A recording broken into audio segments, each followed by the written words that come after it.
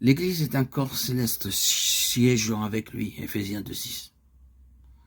Nous n'avons pas besoin d'avoir d'inquiétude à l'égard de la véritable Église, ne serait-ce que l'inquiétude d'un instant.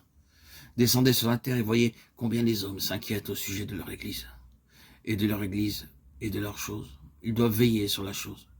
Ils doivent en prendre soin, ils doivent la protéger. Ils sont les gardiens de cette chose, et ils y veillent jalousement et d'une manière farouche.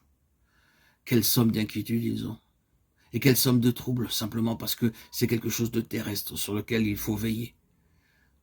Quelle grande chose est-ce alors de se trouver dans la sphère de l'Église céleste, où il n'y a nul besoin de s'inquiéter pour tâcher de préserver quelque chose, de le maintenir en mouvement, et de s'assurer qu'il n'échappe pas des mains.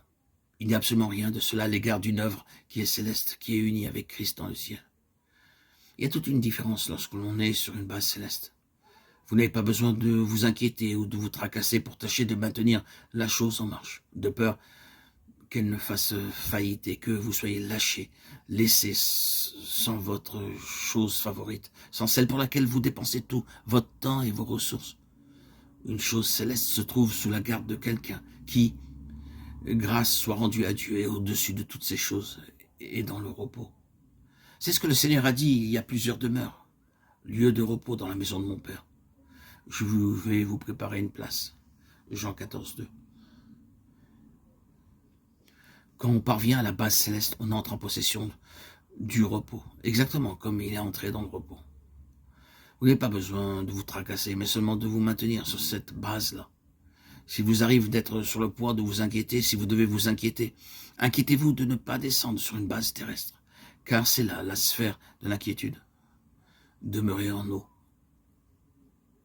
Les choses célestes sont sauvegardées sous la garde de celui qui se trouve bien loin au-dessus de tout.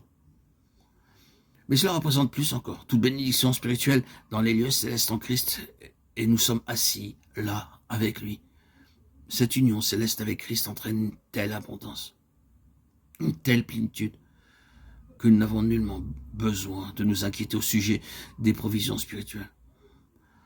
C'est tout à fait merveilleux d'envisager quelles ressources, quelles provisions seront fournies, si seulement nous parvenons à la juste base, dans la bonne position. Si vous êtes spirituellement en bas sur cette terre, vous devrez vous soucier de vos provisions. Si vous êtes en bas sur le niveau naturel quant au ministère, considérez simplement combien vous devez travailler dur en vue d'obtenir quelque chose à transmettre. Mais parvenez au ciel ouvert, à une base céleste, et toute bénédiction spirituelle, l'abondance, la plénitude suivent. Ce ne sont pas des choses abstraites, ce sont des réalités. C'est l'un des miracles de la nourriture céleste, à savoir les provisions inépuisables tout au long du chemin. Vous ressentez que vous arrivez à une fin et qu'il n'y a plus rien. Et alors, une autre plénitude arrive. Et de nouveau, vous semblez avoir tout épuisé. Vous n'avez plus une miette et cependant, une autre plénitude s'approche. Chaque fois qu'il le désire et que c'est une nécessité. Il en est ainsi. Et de la sorte, vous poursuivez votre chemin à travers les ans. Tout ceci est une participation à sa présence au ciel et à l'union de l'Église avec lui dans le ciel. C'est une partie de la réponse à la question. Pourquoi l'ascension et la glorification de notre Seigneur Jésus?